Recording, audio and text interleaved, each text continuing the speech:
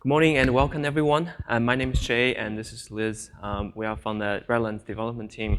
And this morning we're going to talk about distributed imagery analysis using the ArcGIS API for Python. So the things we're going to cover is just basically, I'll give you a brief introduction of what distributed raster analysis is. And then Liz will go through some Python API demos. Then later on, I will cover some deployment story of how to set up your Enterprise GIS to support raster analysis. Now, before I get started, I want to have a show of hand. How many of you have attended yesterday morning's raster analysis and processing? So I'll be covered. So yesterday morning's session will actually has some deployment story coverage. So you'll find some of them familiar, just a revision. Yeah. So okay, let's get started. So I want to give you a quick overview of what we have as of now. Traditionally, people always consider Esri and ArcGIS Platform as a GIS platform, right? It's never, you've probably seen these slides many times. It's never enough to emphasize that over the years of evolution, we actually add a lot of imagery capabilities into ArcGIS Platform. Now it becomes a really powerful analytic and data management system.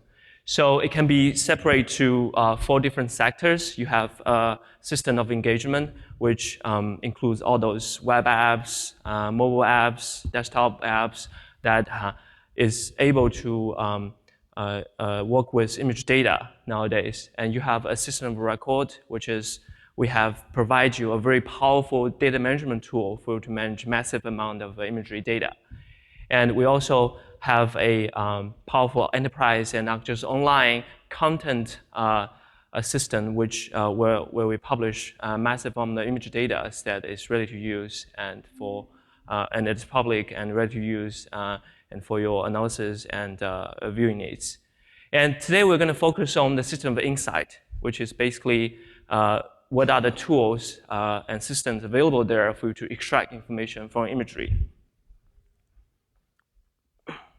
So what is system of insight?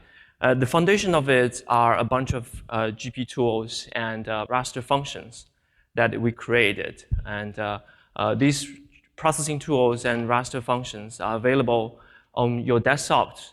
And we enable those tools and raster functions to let them run locally in multi-process, which means nowadays you can use ArcMap and ArcGIS Pro to run those analysis tools, and they naturally run in parallel instance and using the single machines CPU resources.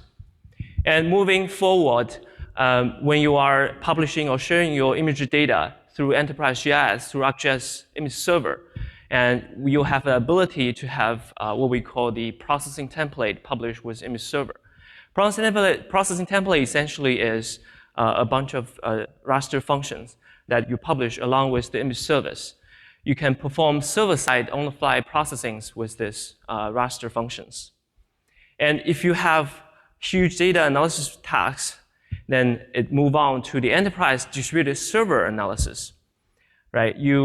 We utilizing the image server, multi-server node image server side for you to perform image analysis using GP tool or raster functions. And that's the things we're going to get really deep into today. So what is distributed raster analysis with Enterprise GIS, right? So this is new. When we talk about distributed raster analysis, this is a new capability that we introduced since 10.5. This is the capability of the image server. This is utilizing, again, based on all the existing GP tool and raster functions, and we just enable that so that you can distribute your tasks through your image server side using multiple server nodes to do the data crunching for you. And distributed raster analysis works with your existing GIS data, which means all the existing mosaic dataset, raster dataset format that we support nowadays in desktop apps can be used as input for distributed raster analysis. And we also create a new way to generate the output imageries when you run distributed raster analysis tasks. So basically, we need to create a new format so that when you are generating output imagery in parallel, all the pixel chunks can be written into the storage in parallel.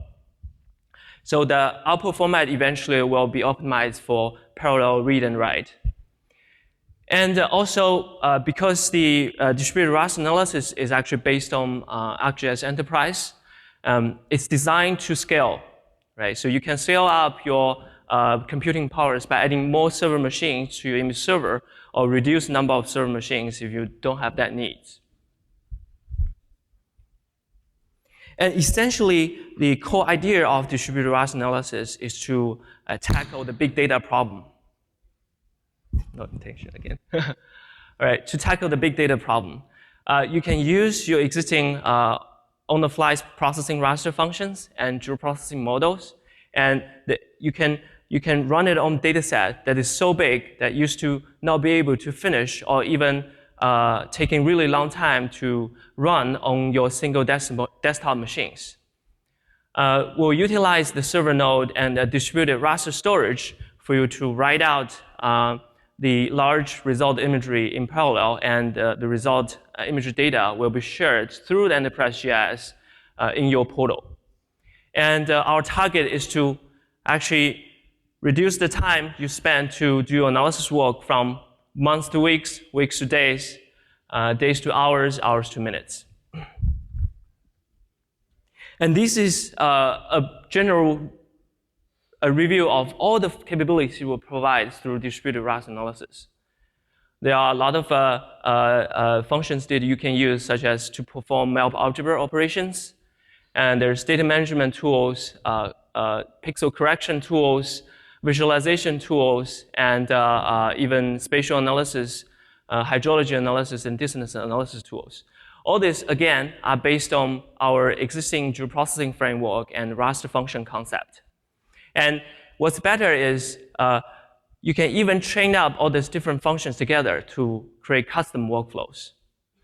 And in addition to that, if there's some functionality that's not available as built-in analysis tool or functions as shown here, to the far right corner of this diagram, you can use Python to extend it. What that means is we release a what we call the Python Raster Function API that allows you to write your own algorithm in Python and then use it as a raster function in this framework. So next I'm going to go through a brief overview of what ArcGIS Python API is and what kind of functionality we provide in terms of doing raster analysis. So have any of you attended previous Python API workshop before? No, so, okay, so you'll be familiar with this concept. So basically, ArcGIS API for Python is different to ArcPy, which is shipped with ArcGIS Pro and desktop apps. That is based on our ArcObject core softwares. And ArcGIS API for Python works with ArcGIS Online and ArcGIS Enterprise. What that means, it has all these different modules that allow you to manage your user data and enterprise server resources through that is available on ArcGIS Enterprise and ArcGIS Online. And there's also a lot of analytic capabilities, geoanalytic capabilities, network analysis, and also raster analysis capabilities. And this ArcGIS API for Python is distributed through the Condo package. And I think the supported version is 3.x. So you have to use 3.x in order to use this API.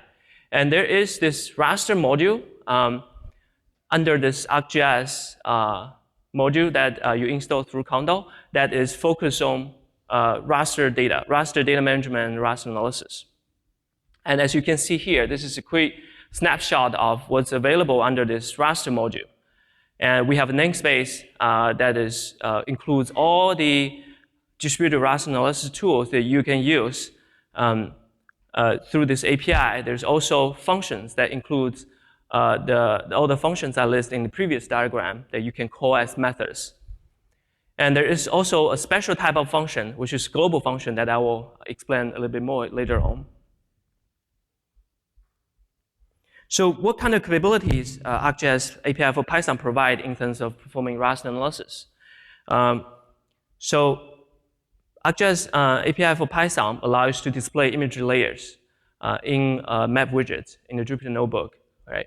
And all those imagery layers are image services or image data that you publish through your ArcGIS Enterprise. And you can apply the on-the-fly processing raster function that you publish with the image service to give you the on-the-fly analysis rendering result. And in this case, the on-the-fly processing result is not actually saved out to the disk. It's for the display purpose. In addition to that, if you have Enterprise that's set up for distributed raster analysis, you can also apply raster functions. You can construct raster function chains for a custom workflow by combining multiple functions together. And you can preview the analysis result by applying that function to give you the on-the-fly processing result. And you can save this result, basically submit a raster analysis task using this function chain to the Enterprise GIS image server. And then the server generate a persistent image output for you in the raster storage. And there's also other type of analysis tools that we enable to run in the distributed manner. There's a global analysis functions such as hydrology analysis and distance analysis. The way that we enable them for distributed analysis is a little bit different than the raster function. So I want to split it out and mention this specifically. And later on, I'll also have like thorough explanation of what the difference between all these different analysis operations. And the special thing about global analysis function is when you apply it through the Python API, you actually have to save out the results first before you can go on and continue with the next global analysis task. So Liz, we're going to show you how it actually works in the Python demo. Okay, next one, I'll hand it over to Liz, and she'll show you the Python API examples. Thanks, Jay. First, I'm going to show you, this is the help doc. This is where you go to get started if you haven't done this type of analysis before. But from here, we can hit the API reference. And I just quickly want to show you where the raster module is. And down here, you can see these are where the sub-modules are that Jay also showed you a little clip-out picture of. This one is the functions. These are the ones that can be chained together and don't have to be executed right away. And then these are the global functions, the hydrology ones and the distance ones that need to be saved out each time. And I have demos that's going to use each of these different modules. But the first thing I'm going to do, my first Jupyter Notebook and my first demonstration is going to also reflect on something Jay spoke about. And that's how you can do on-the-fly drawing of and displaying images. So the first thing I'm going to do is I'm going to import what I need, and then I'm going to access ArcGIS Online. So I'll do these import statements. I'll access ArcGIS Online, and then I'm going to go ahead and search for something that lives on ArcGIS Online. It actually lives in the Living Atlas, and it's a Landsat 8 imagery. And you can see I got 2 different items returned in the list when I searched. I want the first one, I want the Landsat 8. So in my next command, I'm going to just isolate that one and draw that. So what I've done here is I've accessed that item in the portal, and then I've isolated just the first one, the Landsat 8, and then I drew it. I drew that layer. Oh. Yeah. Control Alt plus. Control Shift plus. Wheel plus. Yeah. Okay. Yeah. Now I'm going to describe that object to see what type of information I can get about it. You can see that it's from the USGS, and there's other information as you query it that you can learn about this data set or this image service. On this image service, this is key, there's all kinds of different function chains. There's function templates that live there that are predefined. And I can render on these on the fly without ever saving it out. And that's what's really powerful about this. So this is the whole list. I queried the properties to find the list of raster functions. There's lots of other properties you can query as well, but this is the one I'm demonstrating today. So I've gone ahead and I'm going to make a map of the Palm Springs area. I'm going to zoom in, and then I'm going to add a layer to that map. And what I'm going to do is I'm going to call that one function chain, and I'm going to draw that on the fly. And you can do numerous ones, right? This is just on the fly. I'm just calling it. And here's another one. This is the infrared for the area. And what's important is this isn't saved out. This is for display purposes, right? This is just on the fly, looking, using that raster function chain to display my data in a different way. The next Jupyter Notebook demonstrates something else Jay spoke about, and that's how you can build function chains. And some of those, using some of the functions here in the math and Boolean categories. So again, first I'm going to do my import statements. This time, though, I'm connecting to my own Enterprise GIS. Once I've connected, then I can really, well, I'll query my layer and show you what it looks like, what I'm going to be doing. For this demonstration, I'm going to be doing a suitability analysis in the Napa Valley area. I'm going to be finding the best location for a new vineyard. And this is a pretty simple reduction of that model. It's just going to be a Boolean kind of suitability analysis. I want to find elevation between a certain range, aspect between a certain range, and slope between a certain range. And then I want to combine all the best locations. It looks like it's taking some time to log into my enterprise here.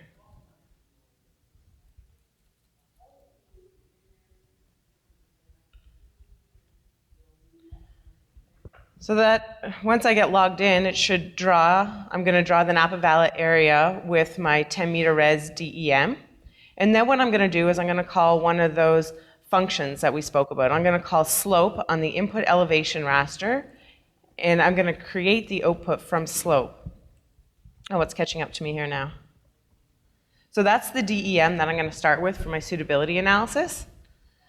Next thing I'm going to do is I'm going to run slope, and then I'm going to run aspect, and I create two results, but they're not persisted. They're just objects that I can pass back into my analysis. And then I'm going to isolate the slope values that are important in finding a good vineyard, and those are areas that are greater than 5 degrees and less than 60 degrees. I'm going to do the same for aspect. And you can see these are really fast because I'm not really writing anything right now. I'm not writing a new image service. I'm just chaining together functions, and it's all going to happen when I call save method on this. So then I isolate the aspects I'm interested in, which is between 0 and 200. Then I'm going to go and find the elevation I'm interested in, which is between 30 and 400. And now down here, you can see I got a Boolean result for each of those, for each of these 3 steps. I got a 0 and 1 raster, saying 1 being good, that's where I want my vineyard, 0 being not good, that's where I don't want my vineyard. Now what I'm going to do is combine those 3 rasters using the plus function here, and then I'm going to be able to display it with a color renderer that I'm going to set from red to green, and the highest value I can get, of course, is a 3, because that's the highest value on each of my 3 inputs, and that's going to be colored as green, as the best location for my new vineyard. And then red's going to be the worst location. It's where everything was 0. And here now you can see, still on the fly, I still haven't saved this, I've rendered that function raster chain on my original input DEM, image service. Then I can save it out. This takes a second, so actually I've done that ahead of time. And I'll just show one that I've previously done. And now it's saved, now it's persisted, and now I've created a new image service as the final result of this analysis. I have one more demonstration I'd like to show before I hand it back over to Jay. And what's different about this one is the majority of the tools used in this analysis, although you can go back and forth and mix them up, they come from the global module. And The special thing about introducing these global tools into this environment is that previous to this, to do a hydrology model on a 30-meter DEM for all of the United States was about 25 billion pixels. And you had to chop that up into 57 plus processes and run them all individually. We, with this functionality in a cluster of machines, have been able to do a 10-meter res DEM of over 220 billion pixels all in one execution. So this is really powerful and important, being able to execute these global functions in this type of environment. There is the drawback that we can't quite chain them all together the way that we do for the local or simpler functions. And I'll cover that later. Jay's gonna go, I won't steal all his thunder, but, but it's really awesome. So, okay, first of all, I did my import statements. I checked the version just because I know that this hydrology stuff, it has to be in a version past 1.3 or higher. Again, I connect to my Enterprise. And this is the workflow that I'm doing in this Jupyter notebook. I'm taking an elevation data set, I'm filling it in. This is an important step in hydrology analysis. Then I'm going to calculate the flow direction, and then I'm going to derive a watershed from a point. I'm also going to calculate the flow accumulation, and I'm going to isolate the locations with a high flow, more than 10,000 in value, and then I can run my stream order, my stream link actually in this case. So let's go ahead and take a look. First, I don't know if I want to run this. Oh yeah, I shouldn't have tried that. I thought it was already ran, but the first thing I'm supposed to do is search for the data set and draw it. Next, I'm going to run fill off the global module to fill in that elevation data set. Then I'm going to save it to persist that function. Then I'm going to call the first layer and draw it. And I'm not running this one live just because writing image services may, like these are just small, but they still take 20 or 30 seconds. So just for time, it's already been pre-run. The next, again, the global function, flow direction, I run that, and then I save it, and then I call the first layer off it, and then I can display that first layer, and that's my flow direction result. Moving down, I search for my pour point that I'm going to use in my watershed tool. I always have to get the layer off of that image service once I find it. Then I can run the global function watershed using the flow direction and that pour point. Then I can save it, and then I can draw it. Let's see.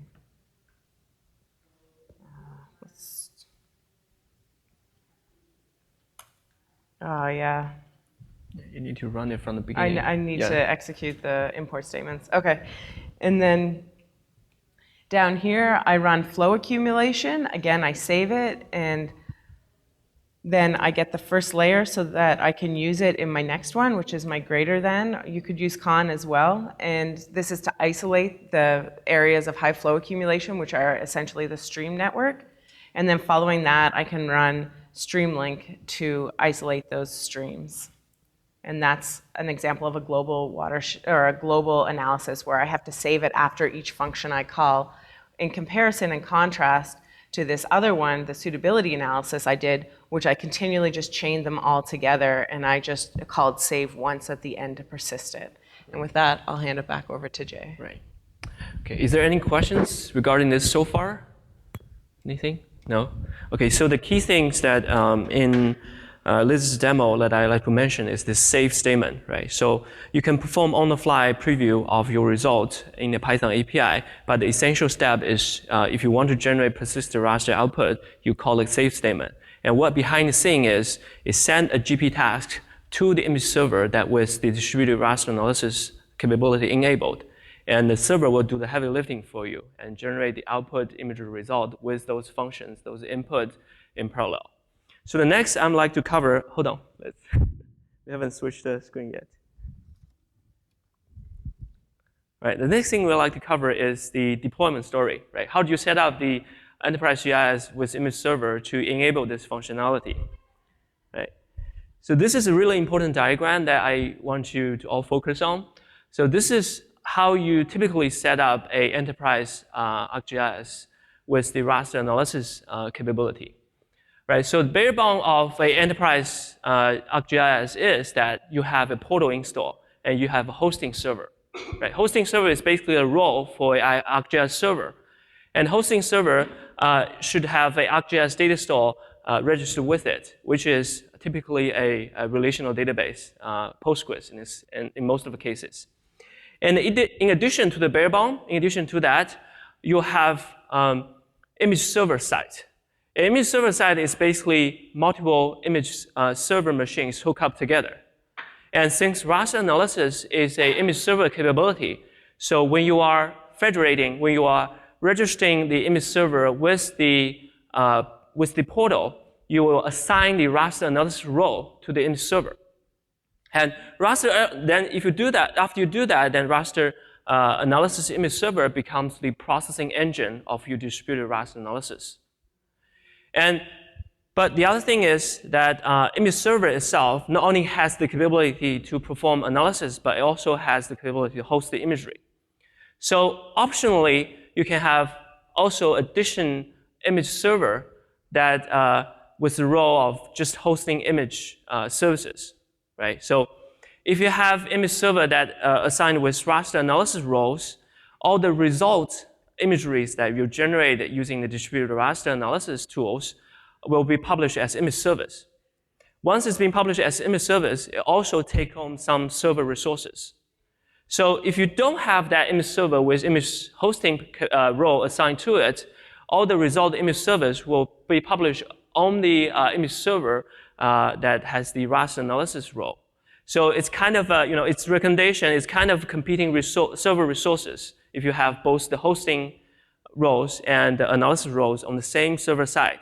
So it's a recommendation that you have additional image server role just specifically for hosting imageries. But this is optional, right? You don't have to have it. The other key component is that you need to have this distributed raster data store that is registered to both the raster analysis image server and image hosting server. I'll go into more details about what distributed raster data store is later on. So in terms of deployment platform, where you can deploy your Enterprise GIS with all the image servers. If you prefer to do it in your own organization with your own hardware, then we recommend you deploy on-premise, and it's good to have a network file share storage appliance. What that is basically a storage that is optimized for frequent small file read and write. Right? You can find a lot of such appliances out there, like a SAS system or a NAS system. If you are using the cloud platforms, such as Amazon, AWS, or Azure, we do provide automated tools for you to deploy ArcGIS Enterprise on these two platforms. And for Azure, we have a little app called the ArcGIS Cloud Builder for Azure. Basically, it's a wizard walking you through all the steps of installing ArcGIS portal, hosting server, and image server, and set up all this data store if needed. And for Amazon, we have CloudFormation template. So the CloudFormation template has all this different template for you to, again, install portal and server and image server. And another key thing here is that when you're using cloud platforms, the storage you're using that we recommend is to use the cloud object storage. Right? Essentially, all the imagery data you generated will be stored into the cloud object storage. Now, next, I'd like to go into detail talking about all the key components that build up this distributed raster analysis framework. One key component that I'd like to emphasize here is the Raster Store. Raster Store is basically a new ArcGIS server data store type that we introduced since we introduced the distributed raster analysis. Raster data store is basically an optimized storage allow the distributed analysis services to write output in parallel. And you register a new raster store through the ArcGIS Server Manager. And the supported type of raster store is you can assign a shared file storage as raster store, or you can assign a cloud object storage as file store. Right? To do that is just you need to create a cloud store, register cloud store first, and then you create a new raster store pointing to that cloud store. So it will be used for raster analysis to store output in. And the distributed raster analysis services not only be able to generate raster output, but it can also generate feature output. So in the case when the distributed raster analysis tool generates feature output, the feature services will be published on hosting server and stored in hosting server's relational database. That's why to build the entire system, you will have to have that hosting server and ArcGIS data store set up as well. Now, in order to support parallel writing of the imagery output, we had to introduce this new raster format called the Cloud Raster Format, CRF, right? This is a new ArcGIS raster dataset type. The special thing about this raster dataset is that the pixel data of a CRF dataset is actually split into a small unit what we call bundles. So each bundles can be written individually by different process or in parallel. And the CRF dataset is the default output for distributed raster analysis tasks. And the CRF dataset can be stored in the file storage and also cloud storage. As of traditional raster format cannot be, well, in ArcGIS, we cannot write like TIFF imageries into cloud storage directly. And all the output CRF dataset generated by raster analysis tasks will be published as hosted image service on the image server. Now, this is also a new concept, right? What the hosted image service is basically an image service endpoint that points to the CRF dataset stored in your raster store, but it doesn't have any dedicated server instance assigned to it, right? So when the client requests coming in to request for rendering pixels on your map, on your web map, right? Then the request actually going through the hosted image service and got redirected to a service that I'm going to explain later. It's called the raster rendering service. This is kind of a utility service that process all the hosted image service rendering requests.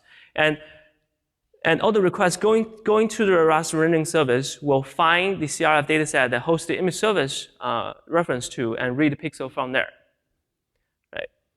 And this is basically a screenshot of what it looks like inside a CRF dataset. Basically, all the pixel data are written as .bundle files, and they are written at different levels. Oh, and CRF dataset is actually built on top of the tile cache format that we created for map service and image service. But it's just that for tile cache dataset, you can define your own schema, but for CRF dataset, we use optimized schema that you cannot change. And these are the core services behind the scene to support distributed raster analysis. Once you assign the raster analysis role to an image server, so behind the scene, the ArcGIS server started the 3 system service. You have a raster analysis tool, GP service. It's basically the entry point for you to submit raster analysis tasks. And it can be seen as the master service, right? And there's a raster processing service, which is image service, basically serve as workers. So a task comes in to raster analysis tools, GP service, and raster analysis GP tools find all the available raster processing service instance and just spawn off the parallel jobs to be done by processing service. And at the end, there's a raster rendering service, which is used to render the result image service, result hosted image service. And when you open up the raster analysis tools, this is all the tools that include in this toolbox. So you may look a little bit, you may be wondering why did I have all this huge page of all the capabilities you can do with distributed raster analysis, but there's only a few tools here. Well, the key thing here is the generate raster tool, right? Because there's different type of analysis operation out there, we have to parallel different type of analysis differently, right? So for raster functions, these are all what we call the local or focal analysis. So they can all be parallel in the same way. So we create this generic tool called General Raster tool, which takes in a raster function input, and it runs the raster function in the same parallel way, right? So this single tool can actually support all the raster functions we have nowadays. So it's actually, although there's few tools in this list, but it actually can do much more than it shows here. Yeah, and as I said earlier, I'd like to explain a little bit more about different type of analysis operation, right? So because we want to tackle the big data problem, we want to be able to run analysis in parallel, but we cannot do it for all kind of analysis, right? There are analysis workflow that is called the local and focal analysis. What that means is you can basically chop out the imagery to smaller pieces and run your raster function or analysis tool on each pieces, and because there's no correlation between your neighbors, right? So you can easily parallelize this kind of workflows through raster function, or again, a custom Python raster function. And but there's other type of workflows such as zonal analysis. You define the zone; it doesn't have to be always the same. And for that kind of analysis workflow, we have to parallel it differently. Right? We have to rewrite the original parallel algorithm, that we have to create a tool or a global function instead of using the local and focal raster function framework. There's also more advanced global analysis type of operation that potentially one pixel's result can be relying on the entire image. Right? That kind of workflow includes the hydrology and distance analysis that Liz demoed to you earlier. So you need to run them also differently than you run a raster function. This is a quick link to type of operations that you can just check out and understand why they're different. Again, we like to brag about this case. Liz mentioned earlier that in intensive release, we enable this global analysis workflow. This is one of the case study that we did, which is to perform the hydrology workflow on the entire United States. Right? We have a DM dataset published by USGS that before we have the distributed raster analysis capability to process the 30-meter US DM, you'll actually have to, which is approximately 25 billion cells, you'll actually have to split it into 57 different processing units, what we call HUCs. Any of you in the audience doing hydrology workflow? Yeah, thank you. I saw your hand yesterday. Good, and you may want to try this out. And now that with this distributed framework, with the traditional workflow that you can only do through desktop apps, the performance immediately starts to suffer when you go over 500 million pixels. Right now, with this server cluster distributed analysis, we were able to do the 10-meter US resolution DEMs, which is 230 billion pixels, and within 1 week. And the entire workflow without splitting to different regions. That is 500 times larger data than the previous workflow. We're pretty proud of that. And again, last but not least, I want to mention that there are different clients you can use to access this raster analysis capabilities. Python API for ArcGIS API for Python is just one of the clients. So you can use ArcGIS Pro and to the raster function editors to submit raster analysis tasks when you sign into a portal with raster analysis enabled. You can use WebMap, which comes with the portal. And but this thing that we are about to deprecate eventually, which is you can use the ArcGIS desktop ArcMap to utilize the raster analysis service through a GP environment setting. I'm not going to detail of that. I actually mentioned yesterday, but I think because we are gradually pushing people to use Pro instead of desktop ArcMap, so I'm not going to go into detail of that. Again, yeah, that's pretty much it that we want to talk about today. And oh yeah, one last slide, which is the best practice and tips and tricks when in terms of setting up the whole system. right? So as I mentioned earlier, when you are setting up the image servers for raster analysis capability, it is recommended to split the roles, right?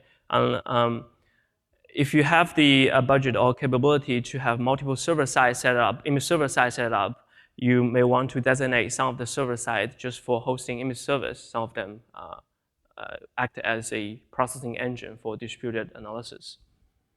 And in some rare cases, when you're processing really large imagery, and there's potential that the server maximum heap memory will run out. Any of you know about that settings in the server?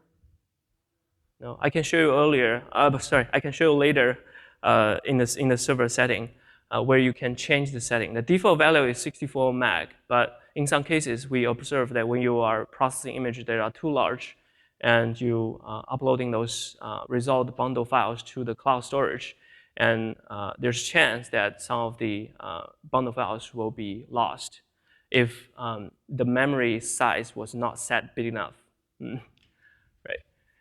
And adjust maximum number of processing in server instance based on machine specs. That's obvious because if you have a really powerful machines, when you start up the image server and with the raster processing service enabled, the default maximum number of instances for those services are always 2. So if you have like 8-core machines or 12-core machines, you may want to bump up that number, right, based on the specs and how much resources you want to allow distributed raster analysis to use. And the other thing that I'd like to mention here is when you submit a distributed raster analysis task to the server, it's always using, by default, using 80% of all the available raster processing resources. Say that if you have multiple raster analysis tasks coming in at the same time to the server, right? The first task comes in will utilize as much resources as possible to finish the task as quickly as possible. So the second one comes in, it will try to locate like 80% of all available resources, but it will use what's available there, and when the resource is being released, it will try to acquire more. Right? In the future, we will actually give you the settings to allow you to decide how much resources you want to use to perform certain analysis tasks. But that's what's in release right now. That's what current behavior is at the moment. Okay.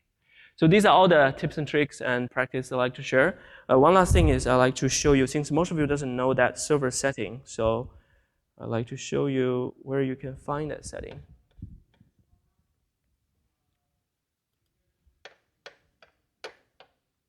I have a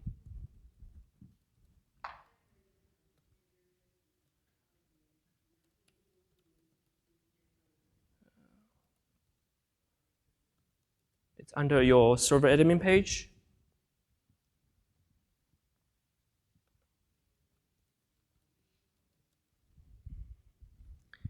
And under the machine settings, and this place lists all the server machines that is in your image server site. And click on one of the machines, and that is the heap size memory you want to increase in some rare case. You only want to increase the heap size memory if you deploy your machine on the cloud and use the cloud storage. If you use file system, that's fine. Don't need to worry about that. And it only happens when you process really large imagery. Okay, that's it. That's all I want to talk about today. Any questions? No? This is useful, right? Yeah? Yeah? Yeah?